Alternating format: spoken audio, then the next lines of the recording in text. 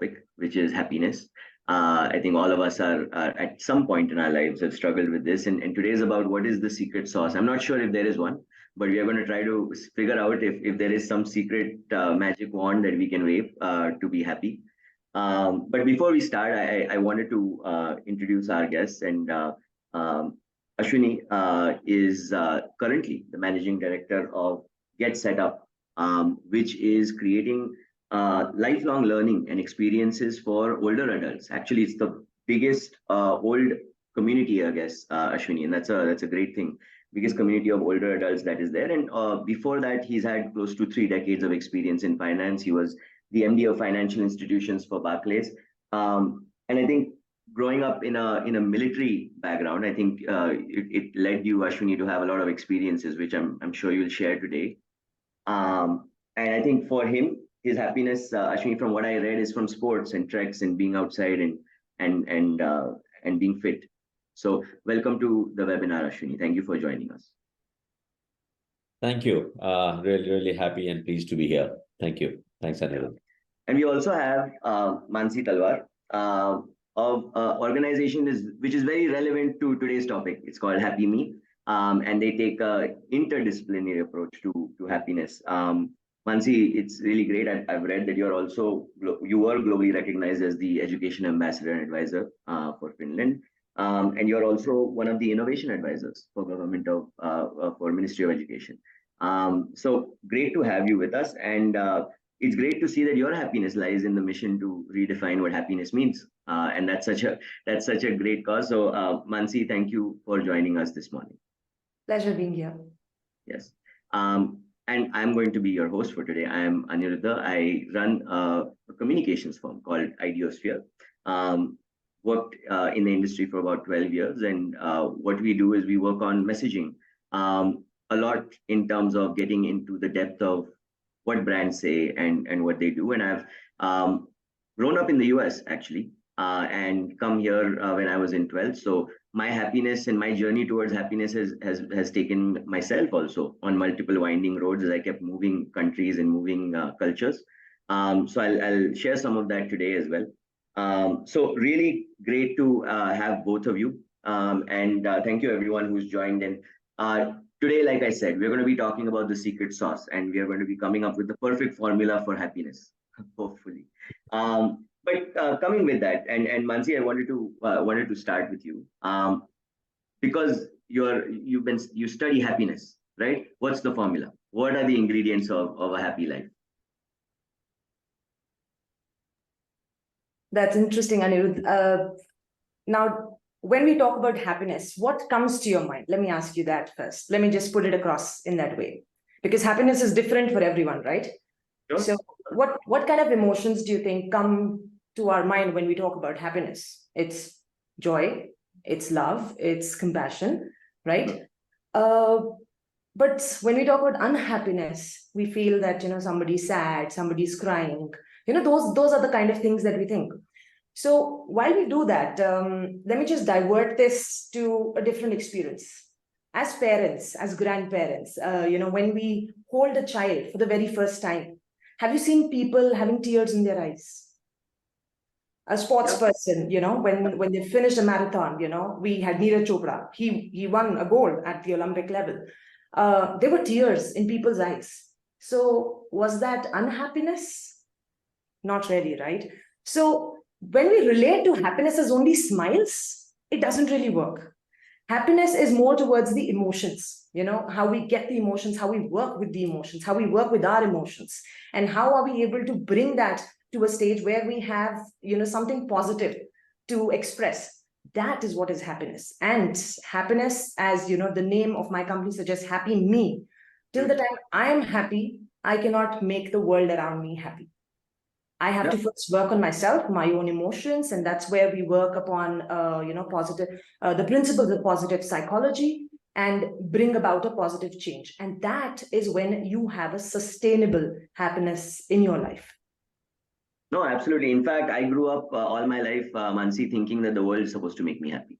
Realized that much later. I thought I was entitled to happiness. It's a very harsh truth once you understand what it really is. In Absolutely. fact, one of the things that I often think about now, looking back, is I was happiest in school, and I used to try to figure out why. Because at times in school I was bored. I didn't have a lot to do, but it was fun. If I look back today, I would love to have back those years. And I think maybe it's the learning. Maybe it's the fact that we were always learning something in school, which kept life interesting. And Ashwini, to you, your current mission right now is to inculcate that lifelong learning, right? So as you talk to a lot of older adults, and I'm sure you engage with a lot of them, what are you seeking as the challenge, and how are they unlocking that for themselves? How are they fostering that continuous learning even into 50s, 60s, and later in life? Yeah, Aniruddha, actually, it's when I saw the topic the first time, it's interesting. And when you started off by saying that secret sauce and formula, I wish it was as simple as an algebraic equation that A plus B is equal to C. And Mansi started off by saying that, putting emotions in the right context. I think along the way, as humans, we are always seeking that happiness, right? That gratification, that immediate. And at every stage of life, or a different stage of life, it's meant differently. Like you said, at school you were happy, so the minute you got into the adult life, which was more like pursuing a dream, a career. But what always the underlying, and which is what happens with older adults, is that we a lot and my own mission was like, after 30 years of banking, I said, okay, what next? And it's a stage of life, a midlife, where we start thinking what next. And all of us are going to live longer. That's how we set up this whole community of, as a business model, that all of us are going to live longer. The planet is growing older. The longevity is increasing. What do we do after an active career, or an active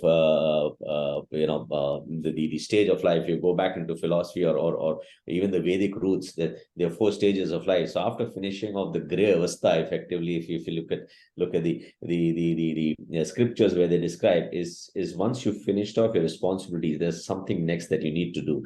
And that next actually is very simply put, which we forget in our pursuit of career in the middle part of life.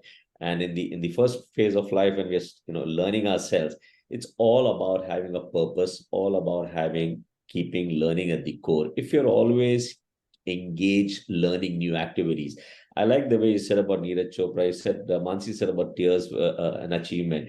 It's a purpose. When I started running my first marathon, I was 20 years back, 15 years back, I was obese like hell, with a lot of medications. But I decided to kind of do something with a purpose, because the way my daughter was growing, I said, I need to get my health under control. And that's when I decided to run. I was never into running. I was never into active running. I was an active outdoors guy, but never running. And I did cry, Mansi. I did cry after my first 21 kilometers, because that was an achievement that I was looking forward to achieve. Once that purpose was done, what next? So I kept setting. So that's what we, as at GetSetUp, we kind of tell people, and we interact with people. Since you asked that, is that you have to find that purpose. And it's not that it's that purpose is something out there. It's to each individual's own both interest and the emotional connect, what gives you that joy or happiness. Some people are very happy going back into society and giving back and doing good work, which is either planting trees, or going and looking after the underprivileged. They find that purpose, that I have to give back to society. Some find it still purposeful to go back into an active career. Some find it purposeful to even take up a new hobby, like a singing or dancing, or running, as I say, is that just to find that achievement, that, okay, this is the new thing that I'm going to pursue till I achieve that. So it's all about finding that purpose. And once you found that purpose, and at each stage of life, and that's the continuous part of it, it keeps differing. At school, we had a purpose, which was to become educated or become literate, finish off the exams, get into a career. That was the next purpose. In the career, it was promotions, or a life of materialistic, achieve your first house, get your car. That was a purpose. Fair enough. They are materialistic, but to each his own. But there's a purpose that drives you, and that gives you happiness. First paycheck gives you happiness, because you achieved it yourself. your score or your mark sheet that you got after 12th or college, that gives you happiness because that's what you went out to achieve. So when you define that purpose, that this is my purpose for now, I'm going to achieve it, you derive happiness, you derive joy, and that keeps you always at peace with yourself. No, absolutely. And I think learning is that important because it kind of helps you to explore more and more things. And Mansi, you asked a question, what makes you happy, which is also something what Ashwini echoed, which is kind of in line with what's your purpose, right? And if you're aligned to your purpose, it would make you happy. I have a slightly different question for you, Mansi, because obviously we are also talking to how can we build happiness as a skill, if I may, in younger adults and in kids. Yeah. And often I have had this experience that it's about the perspective with which you are looking at something. I'll give you an example. So a few years ago, I really wanted to be part of one of my industry associations or something. There's a list or something that comes out, and I really wanted to be part of it. And I was like, I wish I could. And it was something that at that point of time, if I've gotten, it would made me so happy. This year, I got on it, and one of the first thoughts that came to my mind is, it's not a big deal anymore. Like, I really wanted it, but now it's not a big deal. So, how do we ensure, and Mansi, to you, because you work with a lot of people in coaching them with this, how do you work on this fleeting purpose, and how do you try to go a little bit deeper? And that's something I've been trying to do, but how do you go a little bit deeper to find a purpose that you really cannot achieve in 2 years or 3 years? It's a much long-term vision. So how do you do that? So, as I said, that happiness is different for different people. And as rightly mentioned, that, there's a purpose that comes, to your mind. There is something that gives you an excitement, an inspiration. These are all those pleasant emotions that come into picture. So number one is a self-reflection. What is that which makes you happy? What is that which gives you that sense of contention and, you are contented with it? It's very important that, number one, we start prioritizing self-care. As he so rightly mentioned that, after so many years, he started working on his health, right? We do realize that. So he found a purpose, I need to do that. Now, if somebody probably would have asked this question to him, and I would put it across to say about, you said 15 years back, say about 20 years back, would you think that, you would be running and you would be doing all those physical activities? So the first thing that comes to our mind is, I cannot do it. So there's this little voice in our mind, which always comes when things are not going well. And just think about it. If things are going well, we don't have any little voice coming in our mind. The moment there is something which is not right, and we are aware that, this is probably not right, there are too many things that start coming into our mind that, this will not work. Oh, I won't be able to do that. So the moment we, number one, start reflecting on how I am as an individual and what I need to do, the first step is done. Number two is positive self-talk. The moment you start telling yourself that I can do this, I have to do it. And what I tell people is talk in the present sense. Like, I win, I run a marathon. So you are in a state of mind where you already believe that I have achieved it. Once you do that, your mind starts accepting it. We talk about kids and we talk about adults, and, as you said that you enjoyed the phase at school. It's not the school that you enjoyed, it's the experience that you enjoyed. Because, when we are younger, we are carefree. We don't care what is happening around us. But as we start growing up, we give purpose to ourselves, and, we start defining that I need to achieve this, I need to get that. There will be a lot of obstacles, and at that point in time, we need to build on our resilience, because that voice will always be there. There will be times you will win. There will be times that there will be challenges that will come across, and there is no way that none of us can be happy 365 days, 24/7. No, that is not happening. It's again and again, you need to tell yourself that, I need to do this. You need to build on that positivity in your mind. You need to shut that little voice in your mind off again and again, and, overcome those challenges. And you can, when you do that, a very important skill that I believe that, we all should have is to practice gratitude. Because when we practice gratitude, we are actually reflecting on those positive aspects of our life that will shift your focus towards the positive. The moment we start doing that, we start negating the negative of our life and we start focusing on, what is positive in our life. You express that gratitude. You embrace that positive thinking. You challenge the negative thoughts, cultivate the habit of, focusing on solutions rather than dwelling on those problems, and, nurture positive relationships around you.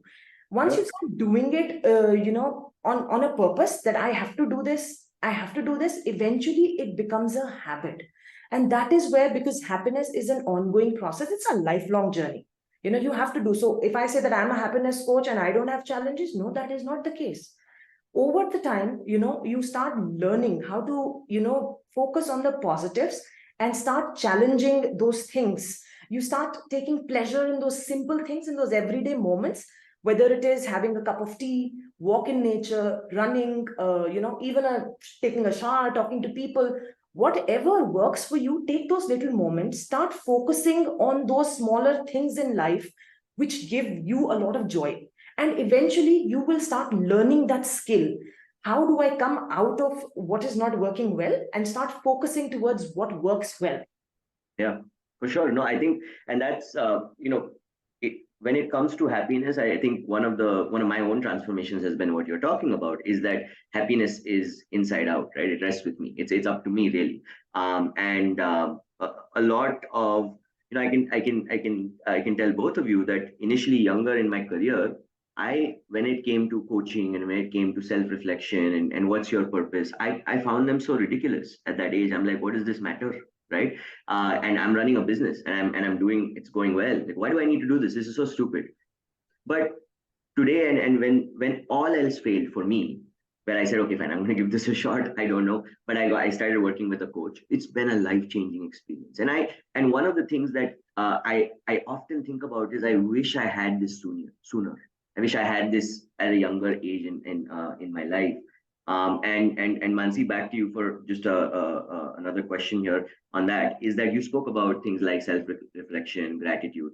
I'm a parent of a 4-year-old, and I think maybe as he grows a little bit older to 5, 6, I would love for me as a parent to do things to teach him or try to get him to discover that purpose or discover that joy. So words like self-reflection, he'll just run away from me. So how do we speak to kids in that regard to get them to understand? Lovely question. And a lot of parents do have that in mind, but we are not able to express it out. When a child is born, our nature is that we are happy. They start exploring, they explore so many things around them. They find their arm, they touch their face, and you will see the joy, they'll start moving and you will see that expression. As they grow up, there are things around that start affecting. Okay, you need to run faster, you need to do this, you need to get that. So, they start getting into that mode. There are some kids who have a very good experience at school, like you had a very good experience at school now that you reflect back. But there are kids who say, I don't like going to school. So it's not that they're not liking going to school. Probably they don't like a particular experience at school. Whether it is, that you're forced to, study something or do something. So that being the case, we have to work on those experiences with the kids. And, especially, as you mentioned, your child is 4 years old. Now, that age kids, what is the thing that they enjoy the most? I just want both of you to just think about it. What is that they enjoy the most? I find it weird, but I actually think he enjoys playing with me the most. Yes. Yeah. Yes. And it's not weird. Play is the highest form of learning. And, the more they play, they will explore. When they are playing with other kids, it's collaboration. It is the social skills that are coming across. They cry, kids hit each other. And, I've seen parents in my experience coming to school, fighting about it, that, my child has a scratch, this, that, all those things happen. And that is life. And they are learning how to deal with it. So we have to let them do it. I mean, the experience that I always do, and till now, my daughter is a teen, and still today I do that, is I always try and share my experiences of my day with her, and I get her experiences for her day. So if you ask your child, how was your day? 1 day, fine. 2 days, it's fine. 3rd day, they'll get bored. Yeah, what do you want to know? It's the same thing. That's what the usual thing will come. But when you start sharing your experiences, what, I did this was so nice. I was writing this and I could finish this so fast. they start learning that there are these little wins that you're talking about. You are sharing what happened in your life with them. And, they start playing, they start exploring. When a 4-year-old, for example, goes to school, it's not much of writing, but they're exploring so many things around. There are different kids around. Somebody screaming, shouting. Probably they are going and talking to them. They are playing with, you have role plays happening at school, right? They try. So there are people who are sometimes are not very comfortable with it, that, a boy is holding a doll in hand. But you know what? There will be a time that your boy will be holding a child in his hand. So it's getting, they are learning how to do that. They are playing with blocks, they are building those blocks. Who knows, there'll be an architect. I mean, somebody would be an architect someday. So play is the highest form of learning. And when we talk about, self-reflection and gratitude, so when they're coming and telling you, I did this, it's very important to acknowledge, it's these 2 years. People say that, we have a good time, the sleep time routine that we have. Usually it's like somebody's telling a story, every day you'll be doing that. But what about listening to their experiences? What about asking them what they feel about it? So it's like, I always say that we have 2 ears and 1 mouth. So you listen twice and you speak once. And if you just look at the shape of the ears, this is the shape of the ear, right? If you join these 2 ears, it makes a heart. So listening to somebody is definitely a way to their heart, is definitely touching them, right? And there is something that I have always been practicing. So if somebody tells me something, everybody wants to be heard, right? Anybody who's talking wants to be, and especially kids, they want to be heard because they have so much. And it's the way, we take it out to them. So if somebody tells me, a kid tells me, an adult tells me, I use the TMM technique, which is tell me more. So I had a good time at school. Okay, tell me more. So they start elaborating on it. This happened, that happened. Oh, wow. So this happened. Tell me more about this. So they really start enjoying talking to you. And, when that brings a sense of reflection of what they did also, something nice, something not so nice. And they always need to have that confidence that this is my safe space with my parents, with my family. And that comes only when they are comfortable talking about their feelings. They are able to reflect on what they did during the day and how things happened during the day. And that makes a lot of difference. That emotional bonding happens, and a sense of security in kids comes from there. So that's there. Yeah, so I think and from what I'm picking up from what you're saying, one is that getting kids to have as many experiences as possible, right? I think it's something called like the curiosity funnel, right? As we go down and whatever. So making sure that they're able to do that. And the second is asking the right questions, or asking questions in the first place, right? Not being, having a conversation, right? Because that'll help them to kind of just think back on their day, etc.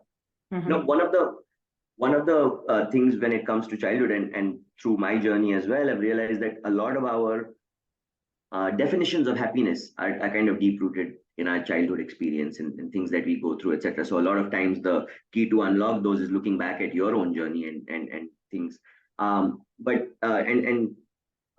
to you, because you came from a different background where you had to probably travel and be into many cultures, etc. How is your background from a military background perspective changed the way you looked at happiness then, and how has it evolved for you?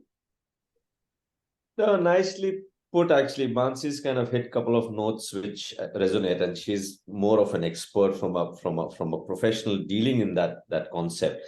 Whereas mine is very experiential, and I can relate to a lot of it. So every experience at that stage, and this is to your earlier point that you said, that how do you for your 4-year-old, how do you teach him finding a purpose or the concept of self-reflection? Just avoid using jargons, but just let the kids experience. I think my own journey of so far, and what I give credit to my growing up, and now kind of conceptualize it and say it in the way kind of Mansi's put it, is that every experience of mine has taught me something. There was a time as a military kid, every 1.5 year we used to be transferred. I've changed 11 schools in life. Wow. Today, that's been my biggest strength, which is adaptability. I can make friends across. It doesn't take too long to start having a conversation for me. So that's what has made me into a social animal and a gregarious, and therefore I kind of, I don't feel lonely. Second concept I learned from the same kind of shifting around is resilience. And again, nobody taught me those concepts, right? At growing up, my father didn't say that you'll become resilient if we change your schools, or you come along every 1.5 year and we get transferred. Is suddenly into a new curriculum. At one station it was ICSE, the other station it was CBSE. Just kind of relating with all of that and adapting to it. Sometimes even falling ill in between. It just became, sometimes in small towns there was no electricity. Managing your exams, I kind of tell my daughter these days is that finish things, be prepared for the worst. So at one station where we were there were no lights in the evening. We knew lights will go off in the evening. My mom made it mandatory that you finish your revision by evening, and if you do it, she knew that the lights will go off. If you do it, we'll go for a movie, because that's the only place where there was lights with a generator. So we used to go for a movie every evening, and kids around our parents around used to say, what crazy, parents these are. They're taking the kids during exam time for movie. But my mom strategized it very well, that we go for a movie, and in the movie interval, I'll take your revision quickly and done. And we come back. So that was the incentive to finish revision. Sure. There was a revision before the movie started and in the intermission, because that was the only place there were lights, and you got entertained and there was incentive ahead. But nobody said that it'll lead us into adaptability, it'll lead us into becoming resilient adults.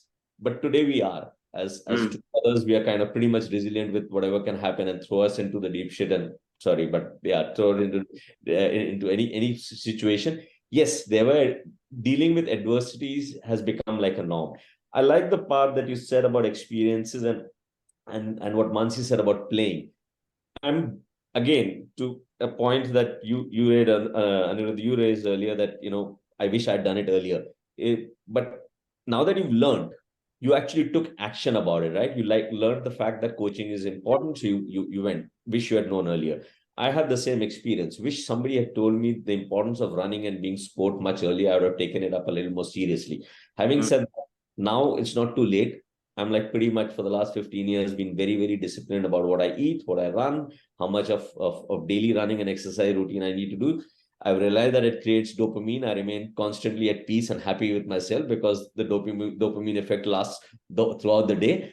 But what it taught me, the entire outdoor activity that my parents used to throw us into, would send us out camping. There were no television at the level of those days. Also, I try and do that with my daughter now, is that we have to get out and go and play, because playing, not just the social connection, etc., that Mansi also made, it's also about the fact that you learn to deal with setbacks and failure. Every match you cannot win. Yeah. But what I try and tell my daughter about it is that when you lose a game, what will you do after that is important. So hence, when you go, is the same principle you apply in class. Doesn't matter how much marks you got, but did you give your best shot that day? Were you prepared to play your best game that day? All of that is fine. Don't worry about the results. Results will come. As long as you've been disciplined about practicing your sport, as long as on that day you were confident to go and play the match and you played your best shot. Same is with, as long as you prepared for your tests, as long as you wrote whatever you had to write and played the best there that day, don't worry about the marks. But then if they've come back, so if you lost a match, what mistakes you made out of it, try avoid. It was a bad shot. It was supposed to be hit at a mid-off. You hit it. I try and give either cricket examples or any of the sporting examples, whichever sport anybody likes. Go and learn from the mistakes and both the sides. Go and learn from the mistakes done, and also learn from the good parts that done. Okay, this shot I hit a 6. Can I repeat that shot 20 other times also? Yeah. And I think a lot of the things that we do in happiness also create not just happiness as a habit, like you said, Mansi Kapila, but also just good habits. For example, I've been an early riser for many years, even even in my 20s. And people used to ask me, how do you get up so early? And I'm like, I never thought of it as a task, because I like I like to play sports, right? So I get up early and do that. So I always found it fun. I looked forward to getting up early in the morning. I didn't feel it as a task, right? And so when we are, I think a lot of times when we are dealing with younger kids, and I found myself as a parent guilty of this, is that while we want them to have experiences and do a lot of things, we shouldn't make any experience feel like a task to them, right? It's more of a discovery. And the point that you made, Ashwini, which is it's never too late, right? And you know this point, you're exposed to this point very well because you deal with a community of 55 and above, which you're telling them it's never too late to do what to. What is it that you're seeing in that age group, which is different from, I mean, from that perspective of how are they kind of looking at now in that later part of their life, trying to seek happiness and do other things? So a point both of you raised a little early, that it's about habits, it's about knowing. One of the things that is the same value system that was there during childhood, you try and just either rediscover it or not. So we have a 5 value-based principles that we follow as a company, as a group, and one of them is curiosity. So it's no different than the curiosity that Mansi mentioned for the kids. So at 55, are you curious enough to learn something? Are you curious enough to find new social connections, new company? So as long as you're curious, which you are, because as humans, you're supposed to be, you're meant to be, you're wired that way. That's how human evolution has happened. That's how fire was discovered. That's how the wheels were invented, right? You're curious. So as long as you just rekindle those values back again at the age of 55, what happens in the mid part is because of social responsibility, because career pursuits, you kind of forget that there were the same value system that you were there as a child. I like the way you said that you're happiest at school, right? It was the same principle which needs to be either rekindled, and actually the same principle during your career stage. If you're curious, if you're learning, you have a decent career. People who are always keen to learn new things, you see them progressing. They take on the next promotion, they're happy enough to take the next role, then they don't fear anything new thrown at them, and so on and so forth. They get their targets, they keep moving on. But they forget, all of us forget, the basic principles are just same. Just be curious about be bold. So that's the second value that we have at GetSetUp. Be bold. Don't be fearful about anything new. And the minute you start talking like that, they realize that it's the same thing, and they just start enjoying themselves in the same community. And one of the things, and I like what Mansi said, and it's the same principle we also follow. It's all about peer-to-peer. So our platform is peer-to-peer. It's all learning from each other. And that's the same concept as kids you did, right? Is using a peer format. You're most comfortable with your peers. So even when we're teaching technology, we are not getting a 30-year-old teaching a 60 or a 65-year-old how to use Instagram or how to benefit from Instagram or how to use Instagram. It's another 60-year-old who comes and teaches. Same as with exercise like Pilates. You feel more comfortable doing Pilates or doing yoga when you see your own peer doing it across that, hey, that lady or that man is a 60-year-old. If he or she can do it, why can't I? And we're seeing the same thing when you're forming running groups. Is that if that 60-year-old can run, why can't I run? Yeah. So it's all about having that same value system of being curious, being bold, and the rest just kind of starts falling in place. Yeah, I mean, I wonder about you. You have such a large community, and obviously around the world, we all have people that we talk to, older people. And at least in my life, and Mansi, to you, in my life, a lot of years were spent hearing people and not listening to them. Because by the way, when I realized what I had to do, I realized a lot of people have been telling me this for a while, and I kind of brushed them off, like my father or grandfather, etc. Right? And so we have this huge access to a large community of people, and just as we share down our learnings, Mansi, it would seem that happiness would be easy because the older people should just be telling the younger people the answer, and now with every generation we should become happier, but we are not. We are becoming not happier every generation. And so how do you and because you have a global view at this as well, how would you kind of analyze the situation that ideally we should be getting happier with everything that's happening, but actually we are not getting happier, and we see a lot of issues on the rise when it comes to emotional intelligence, mental health, etc. Why do you think that is? The number one, as Aniruddha so rightly mentioned, that, what they do is peer-to-peer. A 60-year-old is teaching a 60-year-old. You know what that does? That gets two people at the same level. So when there is somebody who's at a seniority and they make you feel that you are not at that level, no matter how much you try, you will not be able to help them out. So like your 4-year-old child, if you are telling him something as I am the father and whatever I tell you have to listen, he will not listen. Have you noticed a child who's scribbling on the wall and you say, hey, don't do that? He will do that again. They will do that again because you are telling them from a level of seniority that I am above you. And most of the times, when we start doing that in life, that, I am above you, whether it is an employee or an employer situation, or whether it is a manager and, a team, if you come to that level and if you're not at the same level, you will never be able to get that harmony where people will understand what you're saying. So you always have to get to that level where people are at comfort to talk to you. Yes, there are a lot of mental issues because number one, we lack understanding that happiness is all internal. My well-being is all internal. So like a balloon, when it is blown, with the wind, it just blows away anywhere, right? So it's the external factors. So the moment we let the external factors affect what's inside of me, we've lost it there. The moment we understand what is inside of me and how I need to work and dwell on what is inside of me, we understand that no matter what happens outside, it will not affect me when I'm inside. So my daughter is into a sport, karate.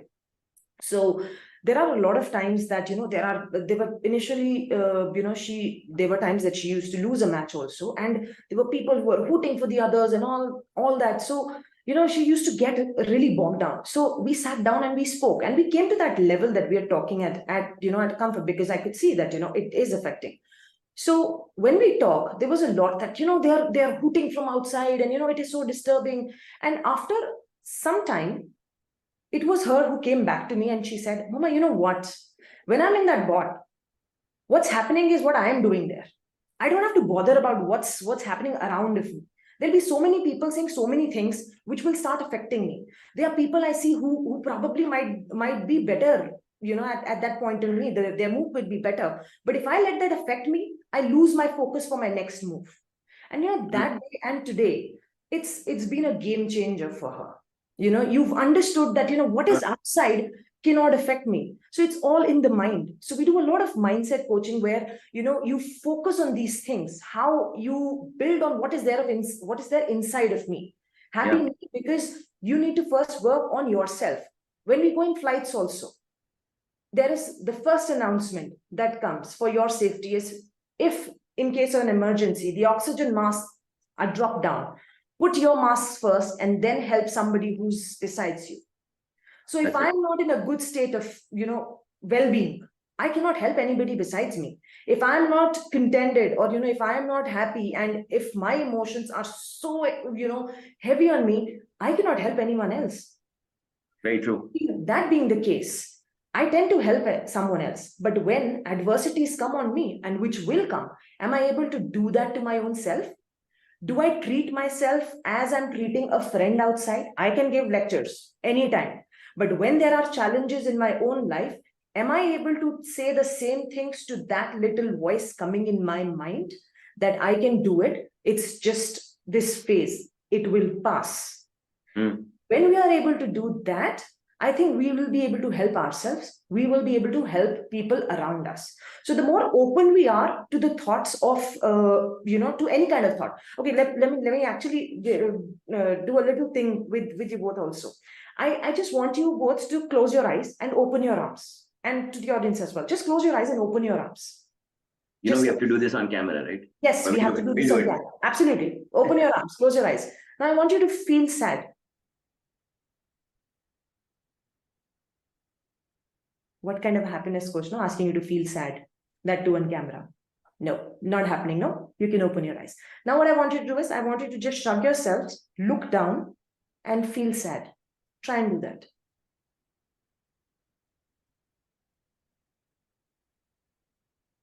Much easier, right? Much easier. Because when we are closing ourselves, we are not open to things. We tend to close ourselves. We tend to get sad. When we are opening ourselves to opportunities, to possibilities around us, to learning, to understand that, yes, I can do something new, I can explore, I can learn, then is when we are open to get things. Then there is when we are open to adapt to things. So, that really works. And sorry, I was going to say, very interesting example, because it really helped. I was trying to figure out what you were doing, but it definitely is that way. But one of the things, Mansi, I took away from what you said, right, and I'll let you continue with your response as well, is the oxygen mask example, right? Mhm. And now as parents and for the younger generation, if we wish to teach our kids a habit of happiness or habits of happiness, we must be happy ourselves. That's what Yes. you're saying, Yes. right? And which means the first step is get yourself happy, figure it out before you feel that you're going to be able to help the next generation, right? Yes. And so when you're talking about one of the things that I have seen in my life as I've grown, and my whole point of kind of it becoming more and more difficult to be happy, is that as a young child, happiness came out of choice, right? It's like I have a choice of clothes, or I have a choice of friends, I have a choice of classes I can take. In school, we used to have those standard classes and then electives. Picking electives was fun. It's your choice. You could do it, and you could choose whatever you wanted. Today, we are in abundant choice. I remember a time where I used to watch TV with 2 channels, and then 7 channels, and then 30, and then 700. Now there are no channels. I can click what I want and see it, right? So how do we kind of talk to kids in that way, where there's just an abundance of choice, where it seems like they're spending all their time just choosing rather than experiencing, selecting rather what they want. So happiness, as you rightly said, is a choice. What is giving me joy is my choice. It may not be the choice of my parents, sorry to say, but yeah, it is my choice. That's where the communication bit comes into picture, where you communicate, you let them experience it. And so beautifully put across, that when we talk about play also for kids, it helps them construct knowledge and problem solve also. It helps them discover, challenge themselves. So when there are so many choices, they learn a lot many things. Let them explore, because that's very important. Some choices may work, some choices may not work, but that is how they are learning, right? If I keep telling my child that okay, you should do this, you should do this, so it'll be like that horse in the tonga, like this is the focus and this is all I need to go. So no matter what you do, you will not see. And again, I will come with an example here, and I give a lot of examples because I think that's somewhere we are able to relate to the real life. You've seen a baby elephant. So when an elephant is born, we tie it with a chain, and tie it, with something stronger. So it realizes that, when it is tied, when there is something tight, you cannot move. It restricts your movement. So even if it tries to explore at that point in time, go here and there, it knows it cannot move. So over the years, that is something that is set in the mind of that elephant. So if you've seen a huge, massive elephant, again, it's a very tiny rope that is tied. Have you ever, noticed a massive elephant? It can crush down anything and everything. Yeah, it still doesn't move. But it doesn't move. Sure. That is because it's, over the years, when it was a baby elephant, it has been conditioned in a way that when there is something tied onto you, you're restricted. It is not let to explore. Same with kids. Yes, they will do mistakes. There are, they do mistakes in making friends. This happened, that happened, this friend did this friend had that. They are learning. Because at that point in time, there would be experiences, there would be heartbreaks, there would be nuisances happening around. But that is how they are learning, because tomorrow in life, there are bigger challenges. coming across. When COVID hit, none of us was ready to wear those masks. We had to condition ourselves to wear those masks for our safety, for our security. But then we also tried, okay, whether it's a double mask, whether it is N95, what is working, what is not working, hand sanitizer, this sanitizer or that sanitizer, what is working on my body, what is not working on my body, how much do I play, how much screen time, so many things and so many restrictions everywhere. And that started affecting mental health, not for adults, but for kids too, because they were not going out. They were restricted. They were closed. We were not letting them explore. So the moment you stop them to explore, I mean, like you said, that there are so many channels these days. However, if you have to watch a thriller, there are certain channels who will show those thrillers. So when you are exploring what are the thrillers available for me to watch, there you will again shortlist, you will prioritize which one will I watch, which one will I see next. And again, there also you may like something, you may not like something. And if you don't like, you will not watch the second series. You will just go with the first season and you will not watch the rest. So, in our entire life, we are learning, we are exploring. And I think it is very important that from the beginning, we give kids that channel to explore their lives. Because tomorrow, when they go out to work, there will be people around who are beyond their comfort zone. And Aniruddha, so it was such a nice experience that came across, when Ashwini was telling about going cities. I mean, my husband has also been I don't know, he's changed 14 schools. So I see the kind of experience that you've had, that you can adapt like this. And that is because there was nothing which was, I mean, yes, consistency is good. In a lot many ways, it's good. But when you have challenges which are out of your control, when you have situations which are out of your control, how do you capitalize on those? There are so many things that we learn. And I think it's very, very important that we explore, we laugh, have fun, discover, be healthy, challenge ourselves, express ideas, manage stress. Because whether it is a child, whether it is a young adult, whether it is an employee, whether it is a mother, father, whether it is somebody senior, grandparents, it matters. Play matters, having fun, enjoying matters. And the moment we start doing that, we will open our lives. We will open our lives to possibilities. No, well put. I think, and like you said, exploration is really at the core, right? How much you are able to do that. In fact, I happen to be in it's like a creative career, right? And whenever we talk about creativity, one of the things I talk to my team about is connecting the dots. And sometimes I've realized through my life that some people just don't have enough dots.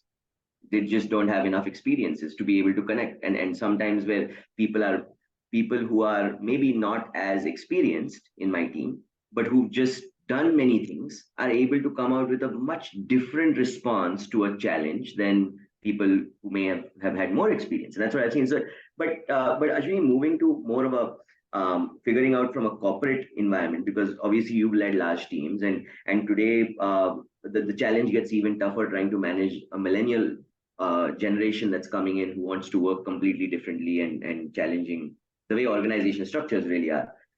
In an organization, how do you foster happiness amongst team members? Like what can an organization do to ensure this happens, especially in almost 30 years that you spend in finance, where actually one interesting thing is that throughout my life, I always thought that money was happiness. Like just earn a lot of money and you can buy anything that you want and it's happiness. And while I didn't go into finance, my career has led me to speak to a lot of leadership of finance companies. And one of the things I've realized is that money is, I don't know what happiness is, but money is not it, because these guys have a lot of money, but they're not happy. And so anyways, that's jokes aside, but back to you, in a corporate environment, what can we do? I think when you're in a corporate environment, people have they have already achieved adult life, hood, and they've all come from different value systems being as being, and that's where long back I used to say that now I realize why my parents used to say something as esoteric as parenting is the most difficult job. is to ensure that value system is transferred at least 1:1, if not 2:1. But at least 1:1, that what you learned, you transfer at least that much down. And if you can do a better job than that, that's even better. But I think at the corporate level, you already have people coming in from various backgrounds, different value systems, different cultures. And especially in a multinational organization, you're dealing with different cultures. But where you need to break that down, or where in teams you kind of foster a culture of 1 + 1 = 3, so that at least the team delivers beyond the individual's 100% capability, is where you break down the same things, even if they're already set in value system in some form or other. You kind of build in activities. And I've been again outdoors and sports is a great leveler. So you throw in challenges to people which actually make them break down barriers of ego, barriers of trust, barrier or mistrust in that case, barriers of mistrust, trust, open communications, being open to the simple concept of dignity of labor. There is just because somebody is from a back office and operations time, and especially in banking it happens, and in finance and you said it, that you dealt with a lot of these people, is that you think that just because you're on the front end of the business and winning business, you're getting revenue, you are right up there, and you come from a piece of authority. You can't deliver that business if that guy over there behind is not supporting you to be able to deliver your business. And that's the outdoor concept. When you go out trekking in the mountains, if suddenly you just slip down, you don't realize that you need somebody's help to be pulled back up. You can't do that. You could otherwise you just go down into the valley and probably just kill yourself or hurt yourself. So when I take people out onto the outdoors, there's learning in that as well, that listen, everybody's equal in front of Mother Nature. So in terms of an organization, everybody's equally contributing, and if you cohesively contribute, you'll be able to deliver much more than each individual contribution. Just like sports, again, is the same concept, and that's very important. So organizations do develop either formal courses, which were, or even experiential. And again, it goes back to pure experience. Experiential learning is by far, it takes time, because you need to kind of create an environment of people learning from bad experiences, or having just the concept with the children that you say, that let them learn from their mistakes. But you need to allow them to make mistakes, then only they will learn. And that's the same thing in corporate. You throw the team into environments, into situations. Sometimes you get thrown yourself as a team together. Suddenly, 9/11, the global financial crisis, none of these events were ever you were prepared for, and suddenly everything came crumbling, right? At a more micro or a closer level, whether suddenly the RBI takes the decision this way, or the regulatory environment changes, you need to be prepared for any kind of adversity. So you keep inculcating the sense of be prepared for adversity, what can go wrong, trust your colleagues, develop a sense of humility, and develop a sense of dignity of labor. Everybody's equal. I think those are principles. It's easier said than done, but it's about repeating them, forming situations which allows them to break that. You have training events, you have ways of telling the team, and even the appraisal format. You're right about the millennial generation. It's coming, but we were every generation goes through that. We were a different generation for our bosses, right? We came with. At my interview, I was told that all you guys who come from MBAs, you think you're like, well, I didn't have the heart to say that, okay, that's a new education way, but he was interviewing me. He was not an MBA, my boss at that point in time. And well, I have a high regard for him today. He's a senior mentor. And so it's every generation deals with it, and both ways, the one which is coming in and the one which is kind of is already sitting over there as at a position of authority. And I like what they said, never try and push things down at the position of authority. Right. It's far more difficult. People will follow, they need to follow orders. The army works for that way, or the defense works that way, and it's the most disciplined organization. But it's not the best way always. It is there in some cases. Yes, you need to do it, but not always to be done. Whether it's a parent-child situation, boss-subordinate situation, more money, less money kind of situation, they all automatically in your mind develop a sense of authority. Mansi was trying to build that up. Yeah. You both have a responsibility. The higher actually has a much more responsibility to come down and talk at a level which kind of just, so even in a disciplinarian organization like the armed forces, while the authority is coming with an order, the guy leads from the front. He says, come along with me. These are orders. You're coming, but I am going ahead. Yeah. In fact, one of the things that I've observed, which is new for me as my generation looking now into the younger generation who comes in, is a lot of times I'll have a very, I call it interesting, but actually a very weird interview with, or weird meeting with people. Somebody want to meet me and they're saying that, I would like to move on from this company. Okay. So I usually ask them, so why? I said, it's too boring. And it's too monotonous. I said, oh, okay. And I'm talking to somebody who's worked for 6 months, right? I mean, now I'm going to step into my 12th or 13th year of working, right? And I'm thinking that and I know the work that person is doing. It's actually much better than what I did at that level, right? In terms of experience. But what I'm trying to say is that the sense of boredom is coming much earlier to this set of generation.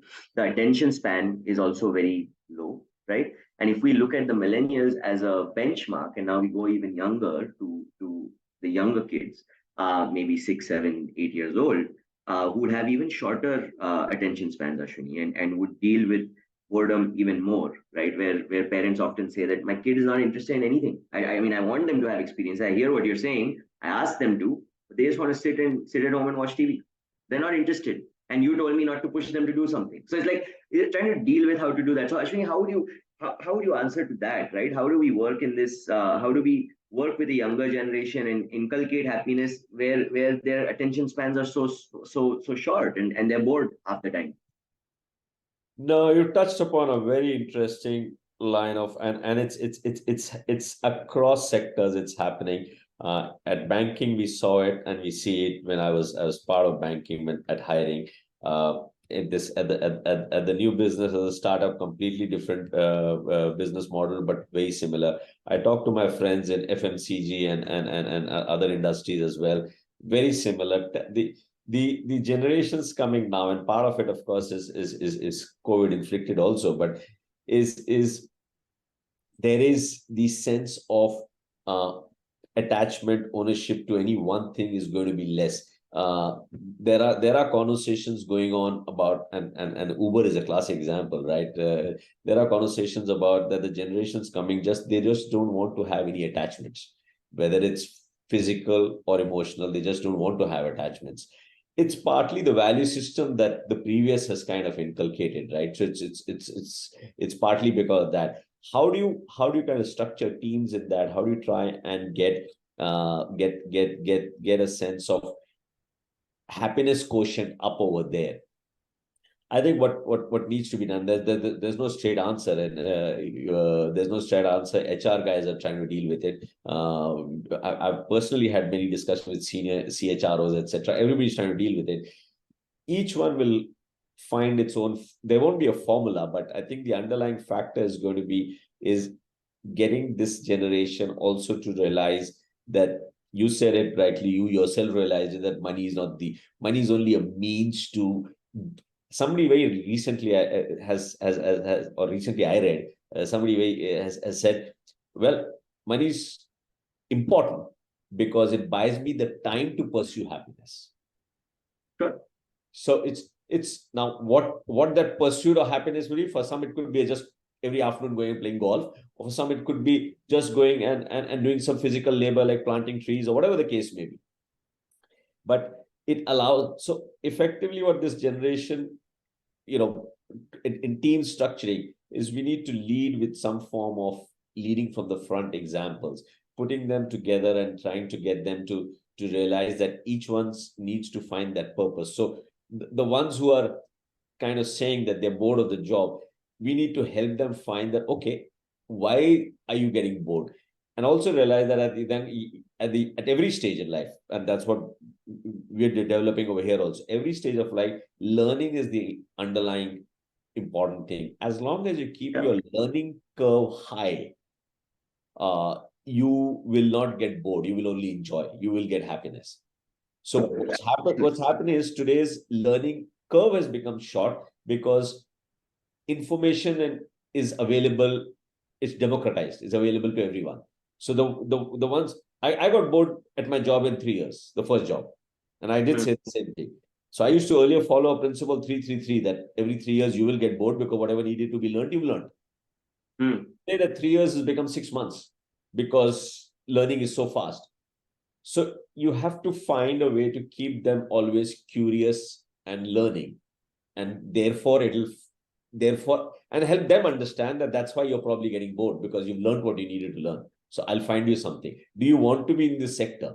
Or are you enjoying what you're doing? So far, did you enjoy? Yes, I did, but now I'm getting bored. Fine, I'll find you. If it's a good talent, corporates will need to start finding the curve for training, and will need now get people HR guys used to work on a model of 2 to 3 years, keep sending people for training. They'll have to narrow it down because the boredom level is now coming faster because the learning is coming very faster. Sorry to add in, but one of the things that is also weird is that in the experiences where somebody wants to go, and I often respond in the same way, right? That if you're bored and you want to do something else, you should do that, right? So I ask an obvious question saying, what are you going to do?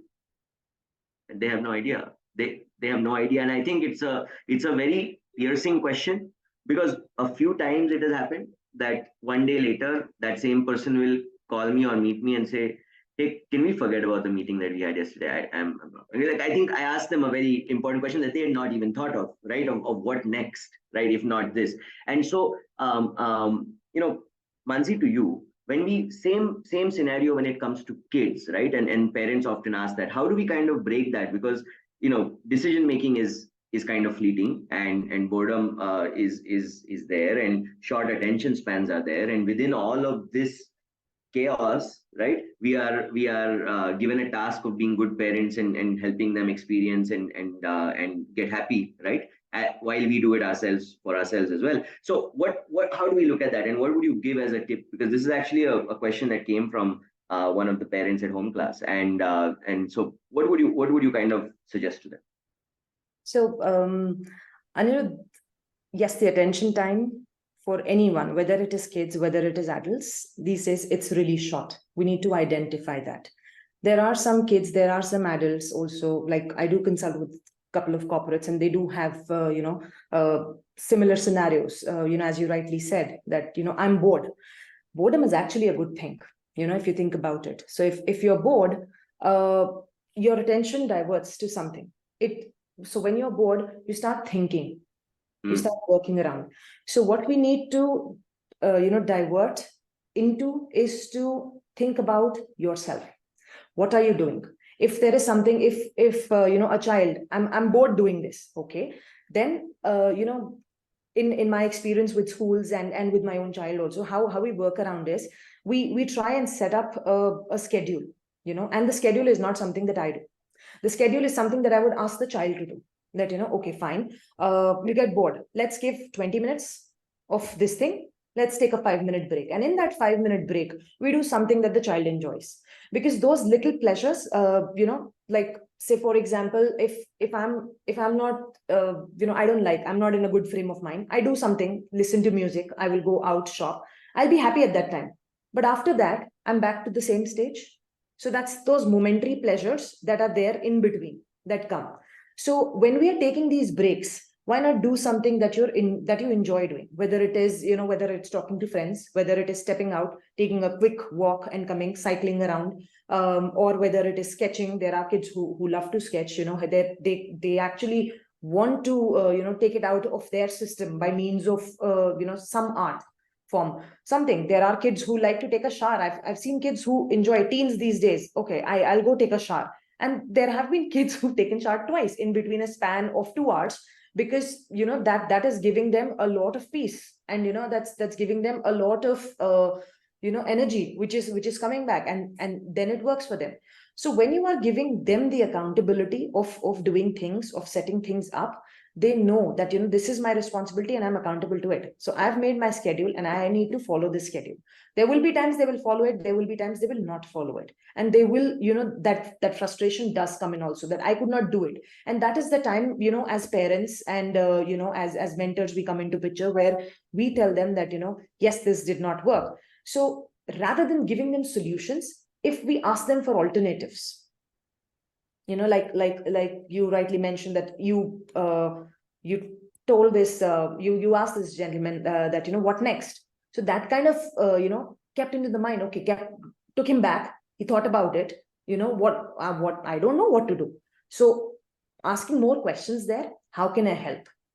First, give them the option of just try something else. Okay, what else can we do? If we do this, will it work? Will it not work? Let them give the answer. Let them be responsible as well as accountable for what they are saying. And in the corporate jargon, that's what we say, right? Responsibility and accountability go hand in hand. So once we do that with kids also, they start learning that I am doing this, I need to explore something else. If this is not working, plan A is not working, let's go to plan B. And somewhere down the line, they will strike the chord, what is working for them and what is not working. Because as parents, we can tell them, we can lecture them, but instead of that, if we just guide them and let them take the path, let them explore, they will be a better judge. Because if they know that at around exam time coming across, yes, at 2 o'clock in the afternoon I feel sleepy, I know that I'm not able to do what is there on my schedule, go take a nap, take a half an hour nap. If that is energizing you, that is boosting you, yes, let's do it. And once they are able to do it, they, number one, have the sense of, yes, accountability. Number two, they feel important, that whatever my opinions are, whatever I'm feeling, I'm saying, that has value. And if they're able to work through it, and trust me, the kind of joy that they will have, it's like they have this goal setting. And when we talk about happiness, it will both act as a catalyst and as an outcome to when we tell them these things.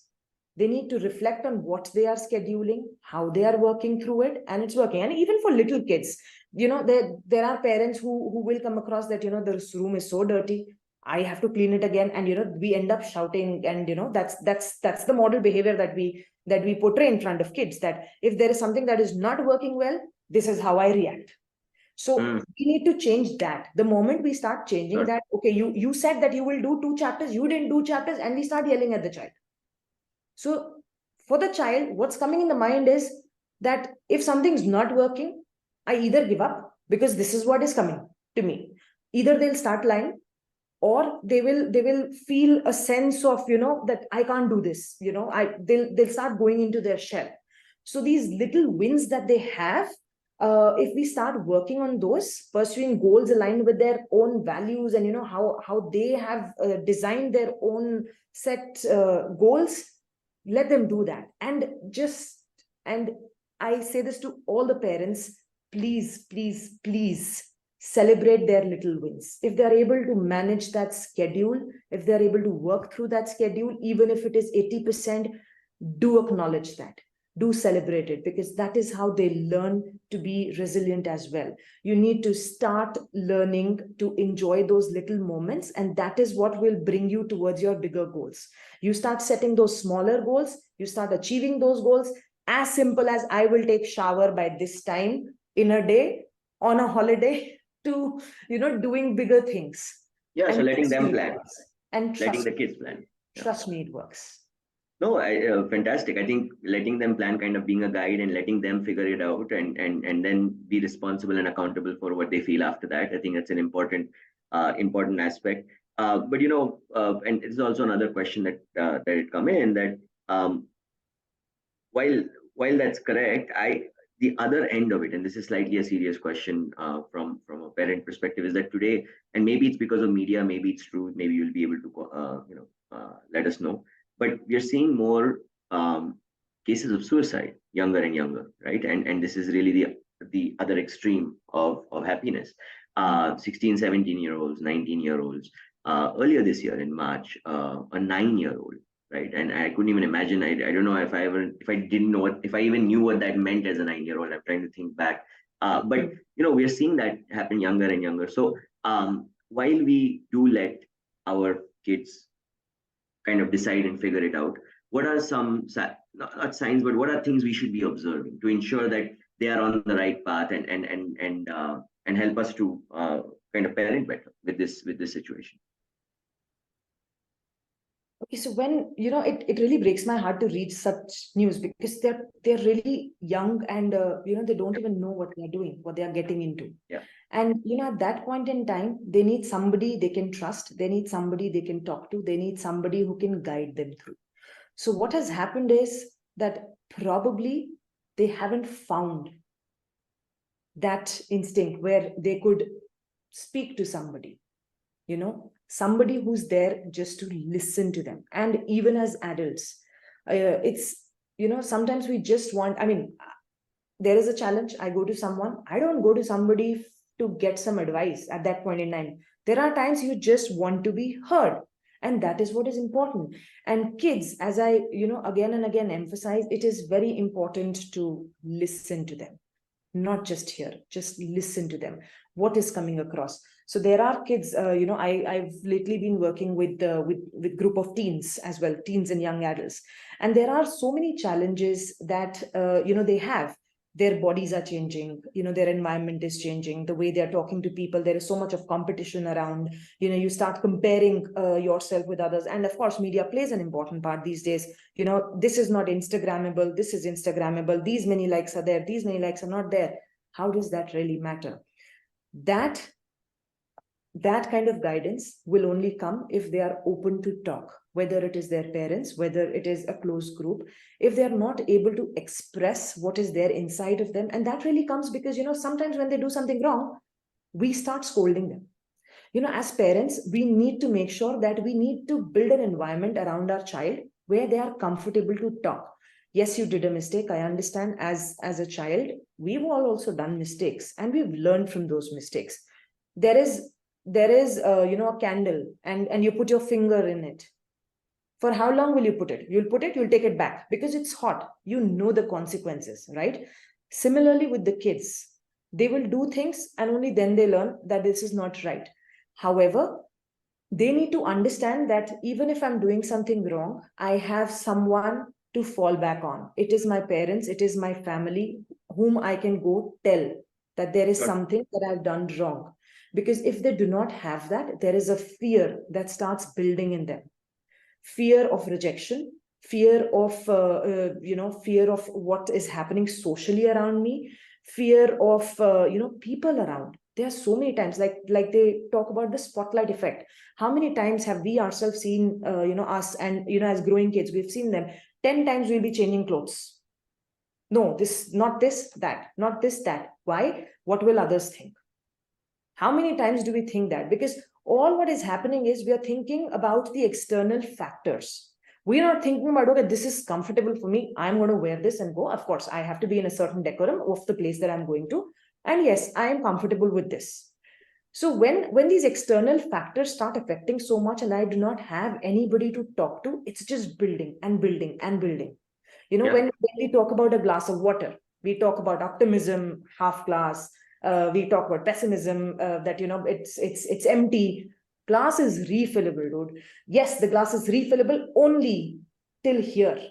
To get more into it, you need to pour off what is there on the top. That needs to come out. It needs to come out of you. So what I tell kids and especially teens that I've recently worked with, if you cannot talk, if you do not find somebody to talk to, start journaling, start writing it down. Write down whatever is there. You want to cuss, do whatever, just write it down. What if somebody reads? Tear it off, burn it off, but take it out of your system. Because the moment it starts building up, you cannot fill your cup with anything else. We talk about positivity. We cannot put an inch of anything inside of you if you are up, full to that. So you need to take it out. You could talk to somebody who's trustworthy. Family, if it is family, that is great. if kids can talk to family, friends, because those are the ones that you can fall back around. That's always there. So that trust factor within your own close circle has to come. Who is your inner circle is what they need to identify. Number one, who are the people? Who's my 3 a.m. friend? Or who is my 3 a.m. go-to person, as we say, right? So that, if that is your family, that is your parents, I think it makes parenting a much easier job. There is no foolproof way for parenting. We all do things, we all learn. And no two kids are the same. So if people who have 2 kids, what works with one child does not work with the other child. It may not, it may or may not, because they're 2 different individuals. They are having their own set of experiences with their surroundings. So everything will differ. And as we grow as individuals, we start building on this. That, okay, I cannot talk to anyone. Whatever is there, I'm keeping it to myself. So a small child who's just running around, playing, is exploring, notorious kids, whatever it is, they're at least putting it out. The moment we start growing up, we have this social stigma coming along. Okay, if I do this, what will this one say? What will that one say? What will my parents say? What will my friends say? What will this auntie say? What will that uncle say? Take that out. So we start wearing those glasses of, the social acceptance and, things around us. The moment we start taking that off and start thinking about ourselves, what is making me comfortable, what is making me happy, and what is, helping me work through my challenges, that is the time we will be able to accept that, yes, I have this challenge, but I can sail through this. No, I think a lot of parents are dealing with a lot of questions of how to really inculcate happiness, and I know that the from a case of extreme like suicide, and I'm cognizant of the fact that this is not something that you could answer in one question, because there's Right. multiple different eras to that, but it's something every parent across the world is looking at. In fact, this last question on short attention span came from a parent in Seattle to homeClass. So it's like it's not a regional thing. Yeah. And so great. And I think somewhere while we are kind of talking about what are the elements and ingredients of happiness, and we've kind of delved upon them, and that's great. We don't know the exact recipe, like Mansi said, is different for everybody, but we know the around about the ingredients, right? We know what needs to go in to create that space. So to both of you, we have about 10-15 minutes left, and I wanted to kind of talk about a different perspective when it comes to happiness. A lot of we've been talking about so far things like exploration, things like thinking, doing, experiencing new things. It's it can, to a certain extent, one perspective of looking at it is that happiness is in the journey, right? It's in that entire journey of discovery, or journey of trying to get to your purpose. So it's in the exploration, it's in the doing, it's in the thinking. And my question is to both of you, and I'll start with Ashwini first. Is now, with AI coming in, where some of the doing is being done automated, right? Something like a Q star, and for those who don't know, a Q star will be able to go one step ahead of a chat GPT and actually be able to give an opinion. Imagine a computer giving an opinion, not just a response or an answer. In those times, a lot of the doing, maybe even the exploring, we may think is being done by AI, etc. Now, in this new generation that we are about to step into, Ashwini, how do we still continue to be on a journey and not really let this affect us? How does happiness and AI coexist? Is the question.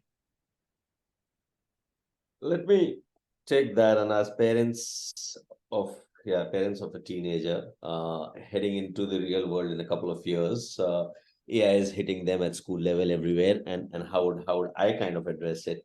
But let me step back to an earlier point, and there's a promise I made to myself a few years back, and that's why I'm going one step back on the part about suicide, and I'll just take 30 seconds on that, which you mentioned about kids' suicide. I've dealt personally with 2 adults in my life, very close, to do with both suicide and depression. And I think what I promised to them, one's no longer there, is that to highlight to people that mental illness, mental well-being is a real thing. Don't ignore it. And to Mansi's point, listen, you will never know the symptoms. It's the brain's another organ. And I'm not a practitioner, I'm not a medical expert, but dealing with some of these as an adult, because it starts very early in life. It's an organ. It can just malfunction, just like a muscle, just like falling ill. The only difference is its treatment is not straightforward as take a paracetamol and you'll be fine in 5 days. Its treatment is in my view is 4 stage. One is acknowledging. Second is listening and trust, which Mansi said, is finding that trust conversation, allowing it. Third is then being acceptable to be able to go and seek for that treatment. And the treatment is not straightforward because it's a complex organ. It takes years, sometimes many years. I know of a case for 25 years it's taken to get the person come out of it. People deal with PTSD in the armed forces. I've seen my father's colleagues dealing with many other issues, which is whether after serving in Siachen or fighting somebody and seeing somebody just at close combat. So a lot of those issues, so they are real. As parents, just be aware that they are real. It can, but you will not be able to identify. You will not be able to identify a frustration versus probably an organ malfunction. And purposely, I'm calling it an organ malfunction. So and be open about it. And today, somebody who's up close and family, the reason person's been able to come out of it or is that we were told very closely is that supportive family. That's why you guys have been able to help this person. So sorry, I took more than 30 seconds, but I wanted to step back because I made important that I will call it out. I will be always open in any public forum, any friend circle, that mental well-being, mental illness is real. Just be aware of it. No, I think it's very important, and thank you for doing that. I think it's an important message to give. Sorry, to the AI and the technology part, I think it goes back to the concept of experiences. Now, the experiences here is where I think I'll take Mansi's clue of the beginning part and my own learning experiences, is that be as much outdoors, because AI cannot take away nature for a long time to come. I hope not, unless they create another planet. But AI can't take away nature. So the more you're outdoors, you'll be able to find purpose with it. You'll be able to find experiential learning. And those learnings will help you just change tracks to be able to find that goal of happiness. Any adversity which gets thrown at you, you will be able to take it. Play a sport, go out into the nature. If these two things are done as a proper discipline, my personal view is AI will come and go, or AI will remain. You'll just find your way to adapt towards a new career, new education, new way of dealing with stuff. But it for all you know, new careers will come out of it. Sure. It will happen. It is happening. So people will find that, and some of the old careers will just disappear. Old professions will disappear. It's just like what happened when cars came, horse carriages went away. Yeah, sure. It's human evolution, right? So be prepared for it, and the only way you can be prepared for it is that just learn from every small experiences. For example, I've been wanting to talk about this experience, and I keep giving it, is that when we were kids in this travel part of every town, every city we used to trade, my parents made it very, very clear that every time a car tire, we used to travel by road, every time a car tire gets punctured, you guys will fix it. Learn it now. You'll need it. Well, we could have questioned, oh, we'll not need it. Tubeless tires will come in 20 years' time. Did we know it? No. But what it gave us is that you should be able to do your own work, not depend on somebody. And that's helpful enough.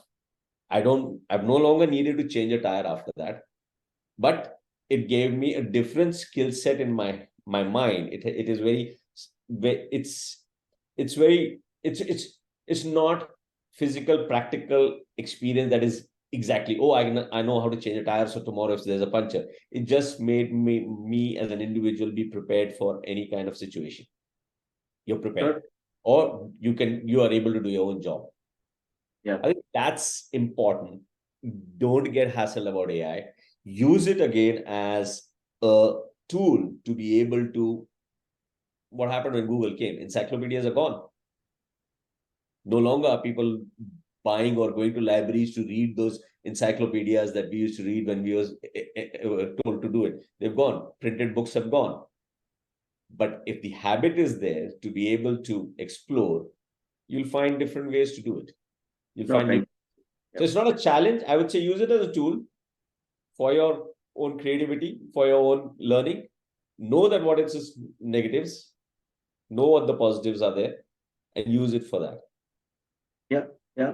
No, absolutely. And I think it's a very important point that you brought up, that things will always happen, right? In the sense of preparedness. And I think we need to, in a way, prepare to be happy, or ensure that we're able to continue our happiness. And just to add on one more word to what you said, is prepared for uncertainty, which means we don't even know what we are prepared for, right? But we just have to be ready.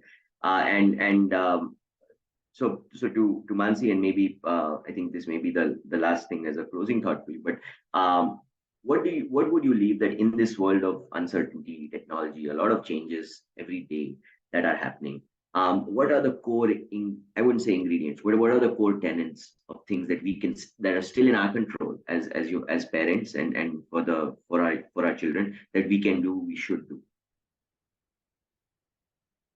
So there's technology coming in, and as Ashwini rightly mentioned, that technology will be there. That's there. So at times there have been, just going back there have been corporate lectures that I've given where people have actually stood up and said that I'm worried with AI coming in, I will lose my job. So there are thoughts that even parents these days have, that the exposure to technology, my kids with AI, they have they have so much of information there. So, yes, technology is there. Technology will not make people lose jobs, but lack of knowledge, and, if you're not open to learn how to use this technology within your role, may definitely do that.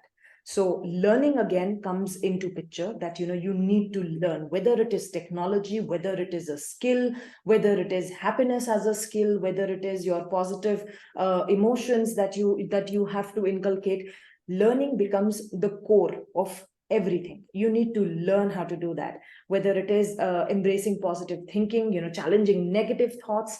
Practice gratitude. And I again and again say that by reflecting on the positive aspects of your life, whether it is kids, whether it is adults, you shift your focus towards what is positive, what is good that has happened in my life. So every day with my child, I definitely make a point that, one good thing that happened in your life, and it should not have a purpose, that, it's there.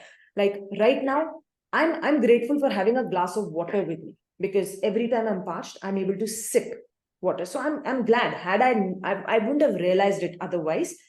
If I wouldn't have felt thirsty and I wouldn't have had a glass of water around me, I would have felt the need of it. So I would have felt, okay, I don't have it. But right now, I would ideally not acknowledge the fact that, I have something as small as a glass of water in front of me. So appreciate those little things that are there around you, and that will really shift your focus more towards positive. You can train your brain, and that is something which is very important. You can train your brain to shift the focus towards positive by doing it again and again. So we say that 45 days continuously, if you do something, it becomes a habit. You start embracing it. So nurture that positive thinking, nurture positive relationships around you with friends, family, colleagues, people who support you, uplift you. Practice mindfulness. Give yourself, if not more, at least 10 minutes to, meditate if you can. And if it is that difficult, start with 2 minutes. Wake up in the morning, just don't do anything. Don't scroll through that phone of yours the moment you get up, because it's like, you're letting 10,000 people inside of your bedroom at that point in time, the moment you open your eyes. Absolutely. How open would you be? Just get up, go out, I mean, look at the greenery. If nothing, just look at the sky. That is there everywhere. You will see so much, and there is so much of calm and warmth and, peace that you get. Live in the present moment, enjoy that cup of tea, that walk, talking, to anyone. Be kind to yourself, be kind to others, and acquire new skills. Celebrate whatever you learn. And I think, you mentioned celebrating small wins.